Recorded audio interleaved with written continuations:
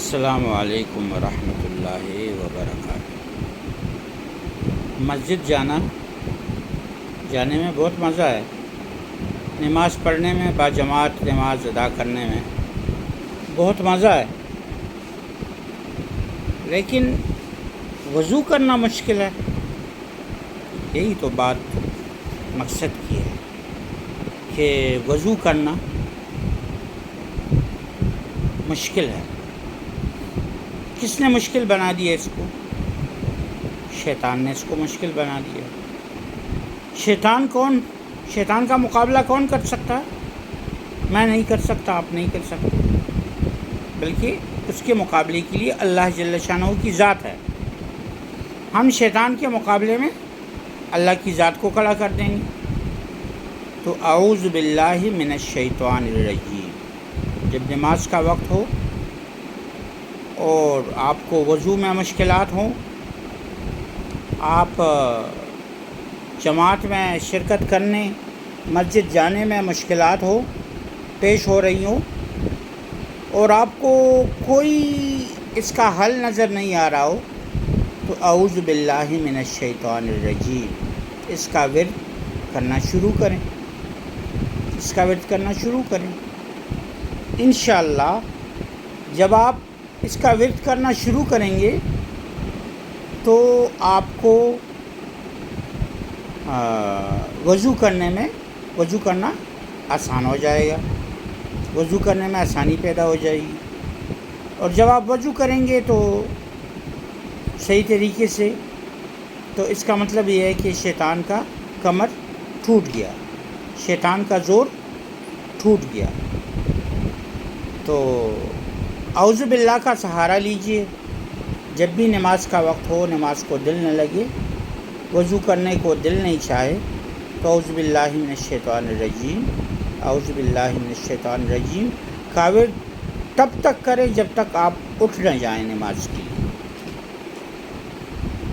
دوسری بات یہ ہے کہ مسجد میں نماز ادا کریں، اور فرض نماز کے بعد فوراً سنت مؤکدہ کے لیے کھڑے ہو جایا کریں۔ یہ نہیں کہ یہ شیخی مجمع بھی تھی پہلے کہ فرض نماز کے بعد دالقہ جبیبہ میں کھولے لس شلمن تھا، کبھی ایک وظیفہ، کبھی دوسرا وظیفہ، کبھی تیسرا وظیفہ، اور میں سنت کو مؤخر کر لیتا ہوں۔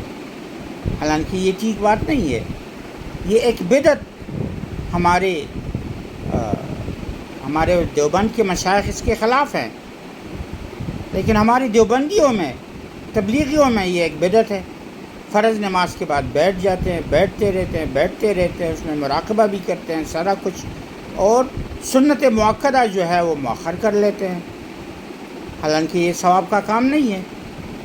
آپ علماء سے پوچھیں، مشائخ سے پوچھیں، فرض کے بعد فوراً سنتیں ادا کرنا اور سنتوں کے بعد دعا کرنا، ٹھیک ہے؟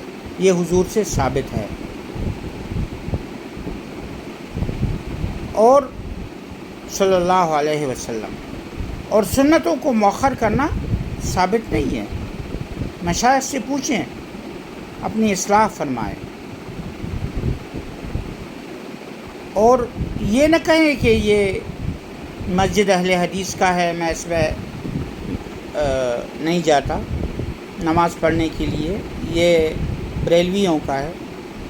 کوئی مسئلہ نہیں، اگر آپ کے محلے کا مسجد ہے اور آپ کے قریب کوئی اپنے مسلک کا مسجد نہیں ہے، تو آپ اس میں نماز بے شک ادا کریں، ہو جاتا ہے نماز، صحیح ہے، لیکن نماز مسجد میں ادا کیا کریں۔